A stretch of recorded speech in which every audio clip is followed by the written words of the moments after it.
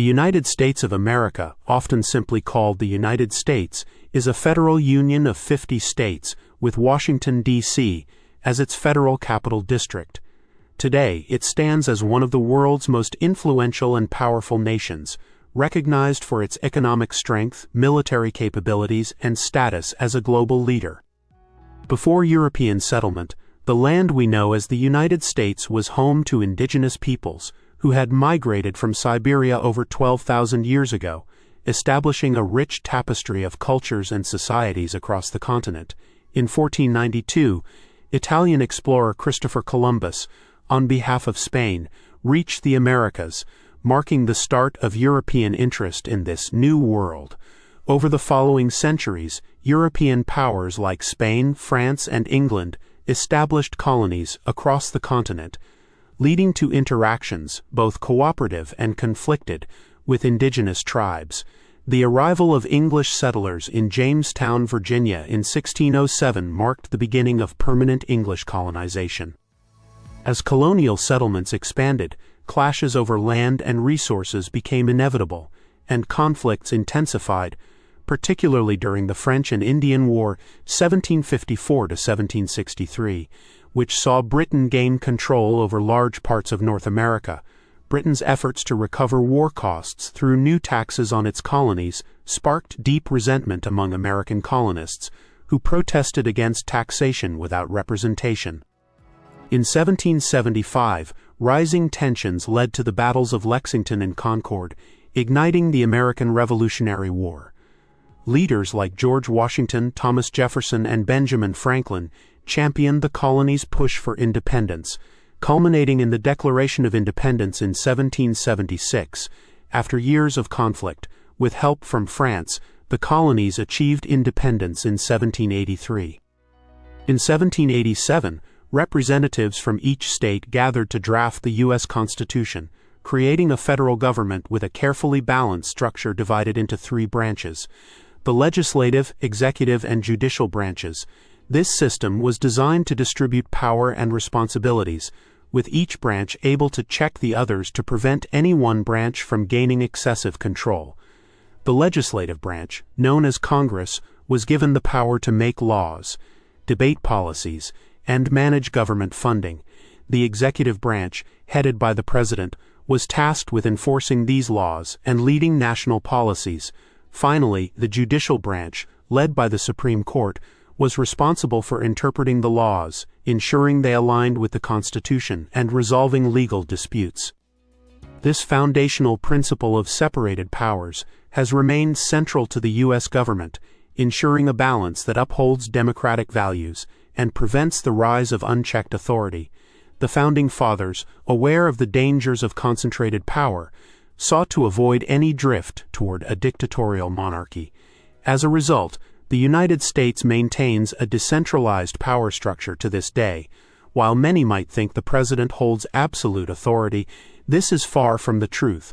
Although the president leads the executive branch, their powers are limited and subject to checks from the other branches of government.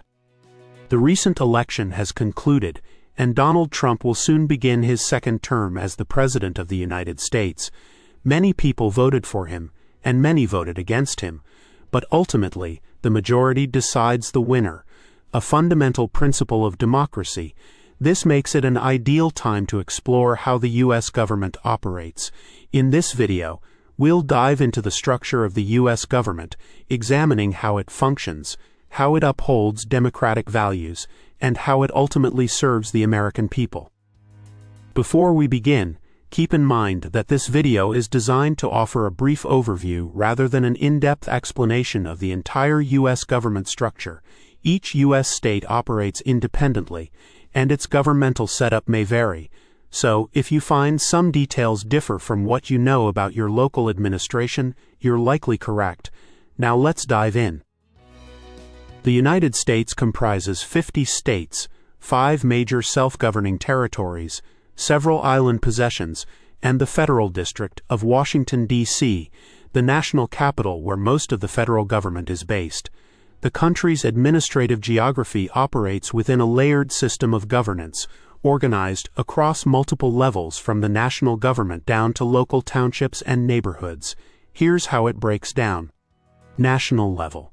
The U.S. federal government, located in Washington, D.C., holds authority over the entire country. State level. Each state operates much like a small country, with its own government and authority over issues such as education, transportation, and public safety. Provided these do not conflict with federal law, each of the 50 states has its own capital, usually where the state government's administration is based.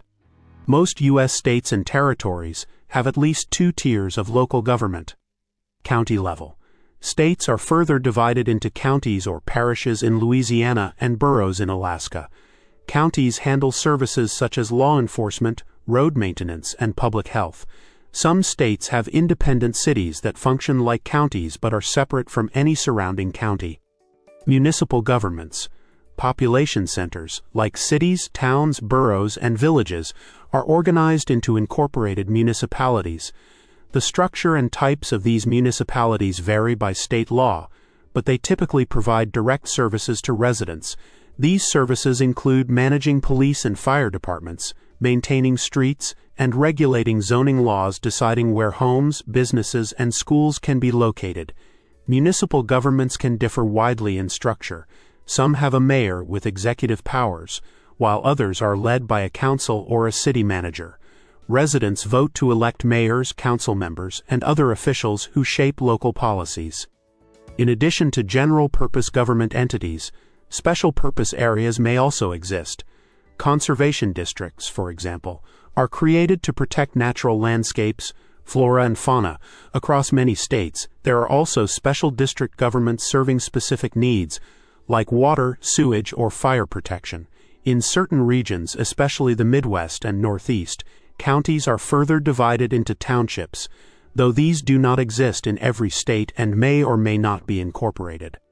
To understand the structure of the U.S. government, it's helpful to start from the ground up. For instance, if you live in a city.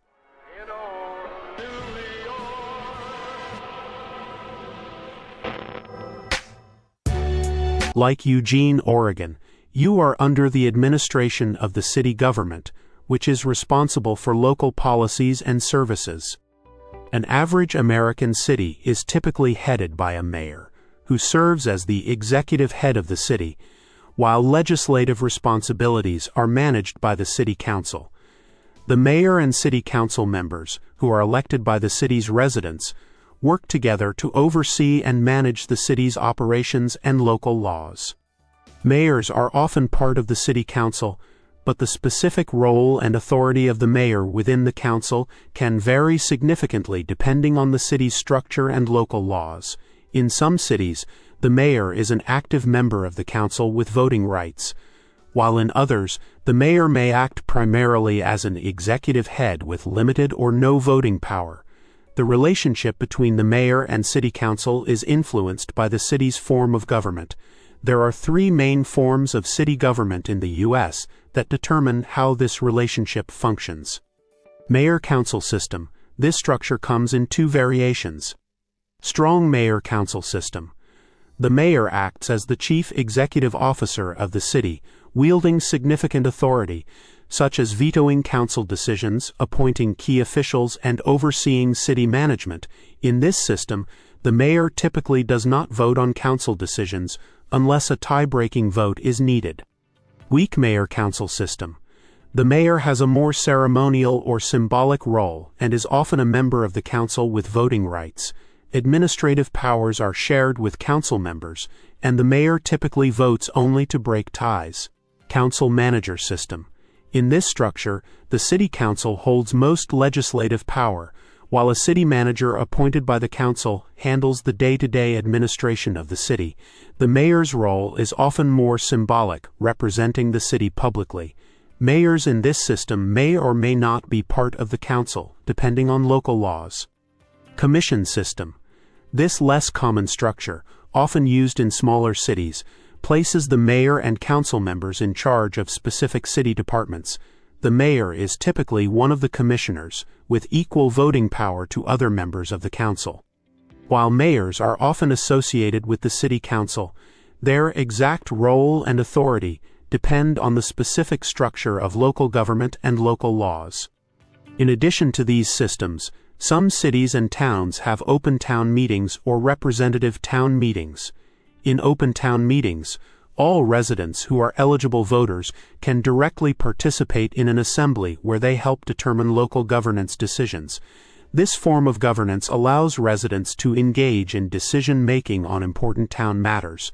It is distinct from town hall meetings, which are held by elected officials to communicate with their constituents but do not have decision-making power. On the other hand, representative town meetings involve only elected representatives who participate in the governing assembly, making decisions on behalf of the residents. Now, let's look at the judicial administration. At the local level, judicial authority is upheld by local or municipal courts, which handle minor civil and criminal cases. These courts, also known as municipal or city courts, typically oversee cases like traffic violations, small claims, housing disputes, minor criminal offenses, often misdemeanors, and municipal code violations. Their jurisdiction is usually limited to the city or municipality in which they are located, and they focus on resolving disputes efficiently, often serving as citizens' first point of contact with the judicial system. Major civil cases, serious criminal cases, or cases involving constitutional issues generally fall outside their purview. Judges in local courts are either appointed or elected, depending on the laws and policies of the area. In smaller towns, a magistrate or justice of the peace may preside over these courts. It's important to note that municipal governments operate solely with powers granted to them by their respective states. Unlike the relationship between the federal and state governments where power is shared, municipal governments do not have independent authority. This principle is based on Dillon's Rule, a legal doctrine established in 1872 by Judge John Forrest Dillon, which allows state governments to impose restrictions on municipalities, including merging, controlling, or even abolishing them, as long as these actions comply with the state's constitution. Having covered local administration, let's zoom out a bit to examine the county level. Cities and towns are usually part of a county, which is a geographic and political subdivision of a state with its own local government. In 48 states, these subdivisions are called counties, while Louisiana and Alaska use the terms parishes and boroughs, respectively. County-level administration forms a bridge between local and state government. Though a county might encompass multiple cities, its authority doesn't extend directly into city matters unless specified. It governs the areas outside of municipal jurisdictions and provides additional services that may not be handled by local governments, such as certain law enforcement and infrastructure responsibilities. The concept of counties originated with English counties, which colonists brought to North America. Counties were among the earliest units of government established in the original 13 colonies. For instance, Virginia created counties to facilitate administration in Jamestown. Counties are usually governed by an elected body. Although the structure of county administration varies by state, most share similar roles. Many counties have a county council, which serves as the legislative body, and a county executive or county mayor, who acts as the chief executive officer. This executive is either elected by county residents or appointed by the county council or state governor. Some states use a board of supervisors, a body with legislative, executive, and quasi-judicial powers, to govern counties. In other states, terms like county commission or county council may be used interchangeably, though distinctions can exist. For instance, in Indiana, most counties have both a county commission, which holds administrative authority, and a county council responsible for fiscal matters. However, Marion County, where Indianapolis is located, is consolidated with the city and has a unique administrative structure. At the county level, judicial matters are handled by county courts, which deal with more serious cases than local courts and serve as an intermediate level between municipal and state courts. County courts oversee larger civil cases, juvenile matters, probate issues, and mid-level criminal cases. They often handle appeals from local courts but are still limited to cases within the county and generally cannot rule on constitutional issues. County judges are usually elected by the public. In larger counties, there may be multiple judges handling different areas of law, with a chief judge overseeing administrative responsibilities. We've covered the government at the local and county levels. Now, let's zoom out and look at the broader picture. This is where things get interesting. Multiple counties form a state, and as the name suggests, the United States is a union of many states. Today, there are 50 states, each with its own government overseeing its affairs. The relationship between the federal government and these 50 state governments is rooted in federalism, as defined by the U.S. Constitution. While the federal government holds significant power, states retain considerable authority. They conduct all elections, including presidential elections, and play a critical role in ratifying constitutional amendments. As long as state laws don't conflict with federal laws, state governments have the freedom to establish policies on commerce, taxation, healthcare, education, and more within their borders. State governance is based on state constitutions, each tailored to the region's specific needs but aligned with the federal constitution. These constitutions outline the structure of state authority, defining powers, responsibilities, and limitations. At the helm of each state's executive branch is the governor, the chief executive officer responsible for implementing state laws, managing the bureaucracy, and representing the state in domestic and interstate matters. Supporting the governor are key constitutional officers, including the lieutenant governor, the secretary of state, the attorney general, the state treasurer, the state auditor. Each of these officers plays a critical role in ensuring the state's smooth operation and accountability. States have the flexibility to organize their executive departments and agencies as they see fit, resulting in significant diversity in governance structures across the country. Most states use departments as the highest-level components of the executive branch. These departments, headed by secretaries, are often part of the governor's cabinet and act as a bridge between the governor and various agencies under their purview. These agencies may include divisions, offices, boards, commissions, councils, or authorities, which can either be subordinate to a department or operate independently. State legislatures are the primary law-making bodies and generally follow a bicameral system, except for Nebraska, which has a unicameral legislature. These legislatures typically consist of two chambers. The upper chamber state Senate. Fewer members represent larger districts, ensuring broad representation.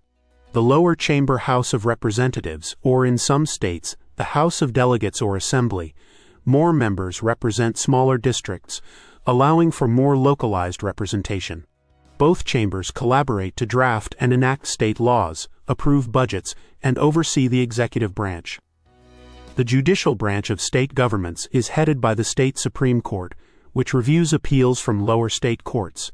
State courts handle cases involving state laws. For example, if you commit a crime that violates state law, your case would start in a trial court. These trial courts, often located in county courthouses, hear evidence and make initial rulings. If a party is dissatisfied with a trial court's decision, they can appeal to an appellate court, often called the Court of Appeals. However, in criminal cases, the state cannot appeal an acquittal due to the Fifth Amendment's protection against double jeopardy. If the appellate court ruling is still unsatisfactory, the case may be taken to the state's highest court, usually called the state Supreme Court. On issues of state law, the rulings of a state Supreme Court are final and binding. However, decisions involving federal law can be appealed to the U.S. Supreme Court. Speaking of the Supreme Court, now that we've covered state governments, let's shift focus to the federal level. Starting with the judiciary branch, the federal judiciary of the United States is one of the three branches of the federal government, established under the U.S. Constitution and federal laws. At the top of this branch is the U.S. Supreme Court, the highest judicial authority in the country. Article 3 of the Constitution mandates the establishment of a Supreme Court and allows Congress to create additional federal courts and define their jurisdictions. It also sets the terms for federal judges, who are appointed by the President with Senate approval. Once appointed, federal judges serve for life, unless they resign, pass away, or are impeached and removed from office. The federal judiciary primarily comprises the U.S. Supreme Court, the U.S. Courts of Appeals, and the U.S. District Courts. In addition, there are specialized courts established under Articles 1 and 4 of the Constitution to handle specific types of cases, such as tax disputes or military matters. A clear identifier of federal courts is the inclusion of United States, or U.S. in their official names. This designation is exclusive to federal courts. State courts are not permitted to use it. Federal courts are divided into trial courts, which handle cases in their initial stages, and appellate courts, which review decisions from lower courts. Let's explore the hierarchy of the federal judiciary. U.S. District Courts. At the base of the federal judiciary are the U.S. District Courts, which serve as general trial courts for federal cases. There are 94 district courts across the 94 federal judicial districts. These districts are organized primarily along state lines. For instance, a less populous state like Alaska has a single district court, while a more populous state like New York has 4. The Northern, Eastern, Western, and Southern District Courts. Most cases in these courts are heard by a single judge presiding alone. U.S. Courts of Appeals. Above the district courts are the U.S. Courts of Appeals, which act as intermediate appellate courts. They operate under a system of mandatory review, meaning they must hear all appeals filed from the lower courts. The U.S. Courts of Appeals are divided into 13 circuits, 12 regional circuits numbered 1st through 11th, plus the D.C. Circuit. The 13th, the Federal Circuit, has nationwide jurisdiction over specialized cases, such as patent disputes and international trade. While decisions from these courts can be appealed to the Supreme Court, the Courts of Appeals are often the final stop for most federal cases. U.S. Supreme Court. At the pinnacle of the federal judiciary is the U.S. Supreme Court. As the highest court in the nation, it has the final say on federal legal issues, particularly those with constitutional significance or national importance. The Supreme Court consists of 9 justices who serve lifetime appointments. The Supreme Court primarily hears cases on appeal from the Courts of Appeals or state Supreme Courts. However, it has discretionary review, meaning it can choose which cases to hear by granting a petition. Most cases do not reach the Supreme Court, as there is no automatic right of appeal to this level. In rare circumstances, such as disputes between states or between a state and the federal government, the Supreme Court serves as a court of original jurisdiction, meaning it acts as the trial court in such cases. With its decisions, the Supreme Court shapes federal law and resolves disputes that impact the entire nation, making it a cornerstone of the U.S. government. The United States Congress serves as the legislative branch of the federal government. It is a bicameral body composed of the House of Representatives, which is the lower chamber, and the Senate, which is the upper chamber. Congress convenes at the United States Capitol in Washington, D.C., with members selected through direct elections. While vacancies in the House are filled via special elections, Senate vacancies may be temporarily filled by a governor's appointment. Congress comprises 100 senators and 435 representatives, with each chamber featuring a majority party in government and a minority party in opposition. Under Article 1 of the U.S. Constitution, Congress wields the power to pass or reject federal legislation, making it a cornerstone of governance. The House of Representatives is composed of 435 voting members, alongside 6 non-voting delegates representing U.S. territories, and Washington, D.C. representation in the House is based on state populations. Larger states have more representatives, while smaller states have fewer. The House is responsible for passing federal legislation, known as bills, which must also pass the Senate before being sent to the President for approval or veto. The House holds several exclusive powers. It initiates all revenue-related bills, impeaches federal officials, and elects the President if no candidate secures a majority in the Electoral College. Leadership within the House is provided by the Speaker of the House. a position of significant influence over legislative priorities and procedures. House members serve fixed 2-year terms, with every seat up for election before the start of a new Congress. The Senate, as the upper chamber, exercises distinct powers that balance its counterpart in the House.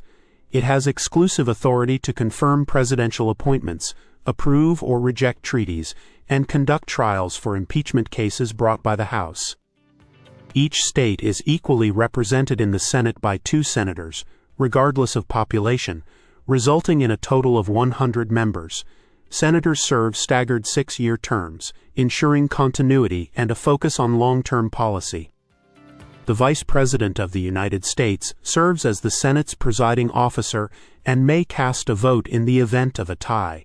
In the Vice President's absence, the Senate is presided over by the President pro tempore, traditionally the most senior member of the majority party. Together, the House of Representatives and the Senate form the United States Congress, which holds legislative authority at the federal level. While each chamber has distinct roles and responsibilities, they work in tandem to create, debate, and enact federal laws, providing a vital check on the executive and judicial branches. This overview covers the basics of the U.S. Congress, but if you're interested in learning more about its structure and the differences between the 2 chambers, you will find plenty of videos in the Internet. I recommend checking out The House of Representatives and Senate Compared by Mr. Beat. You'll find the link in the description. We've explored the judicial and legislative branches of the United States federal government and how they operate. Now, let's turn our attention to the executive branch. The power of the executive branch is vested in the President of the United States, who serves as both the head of state and the head of government. The President directs the federal government's executive branch and acts as the Commander-in-Chief of the U.S. Armed Forces. The Constitution charges the President with ensuring that laws are faithfully executed and requires them to swear or affirm to preserve, protect, and defend the Constitution of the United States. The Vice President is also part of the executive branch, holding distinct responsibilities and serving as the first in line to assume the presidency if necessary. The presidency's power has grown significantly since George Washington first took office in 1789. While the scope of presidential authority has fluctuated over time, it expanded notably during the 20th century, particularly under leaders like Franklin D. Roosevelt and George W. Bush.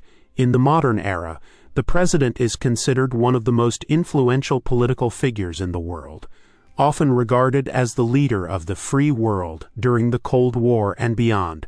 As the head of the nation with the world's largest economy and significant military and diplomatic capabilities, the president wields considerable domestic and international influence. Let's look at the framework and responsibilities of the executive branch. Article 2 of the Constitution establishes the executive branch and vests its power in the President. This authority includes enforcing federal laws and appointing federal officials, including judges, diplomats, and executive officers. The President also plays a leading role in U.S. foreign policy, empowered to negotiate treaties and receive ambassadors. As Commander-in-Chief, the President oversees the world's most costly military, including its nuclear arsenal. The President is also responsible for implementing and enforcing laws passed by Congress. To fulfill this role, the President appoints the heads of federal agencies, including the Cabinet. Article 2, Section 2 of the Constitution created the Presidential Cabinet, composed of the Vice President and the leaders of 15 executive departments. These departments, ranging from defense to education, each oversee critical areas of federal governance. Each department is headed by a secretary, who is tasked with managing that department and its responsibilities, making these roles highly influential. Beyond the 15 executive departments, the President can appoint additional cabinet-level officials. These include the White House Chief of Staff, the Director of National Intelligence, the Administrator of the Environmental Protection Agency, the U.S. Trade Representative, the Ambassador to the United Nations, and others. These officials play pivotal roles in shaping and implementing federal policies. All cabinet members are nominated by the President and must be confirmed by the Senate. Once confirmed, they serve at the President's pleasure. In addition to the cabinet, the Executive Office of the President (EOP) was established in 1939 to assist the President in executing their duties. Overseen by the White House Chief of Staff, the EOP includes key entities such as the National Security Council, the Office of Management and Budget, the Council of Economic Advisers, and many others. Outside the EOP and executive departments, there are several independent agencies, such as NASA, the United States Postal Service (USPS), and the Environmental Protection Agency (EPA), which fulfill specialized roles in federal governance. The executive branch, headed by the President, holds substantial authority and responsibility within the U.S. government. This pivotal role in shaping the nation's direction makes the President a frequent subject of scrutiny, criticism, and public discourse across media and social platforms. Each level of government, local, state, and federal, has its unique roles and responsibilities, yet they all work together as part of the same system, ensuring that the United States functions as a democracy. This structure, while complex, is designed to balance power, maintain accountability, and uphold the principles of the Constitution. And there you have it, the structure of the United States government in a nutshell. If you found this video helpful, don't forget to like, share, and subscribe. A quick reminder, with Donald Trump's administration taking office soon, there could be significant changes at the executive level, such as the potential elimination of the Department of Education. This means there's a chance this video could become outdated quickly. That said, I hope you learned something today, and I'll see you next time.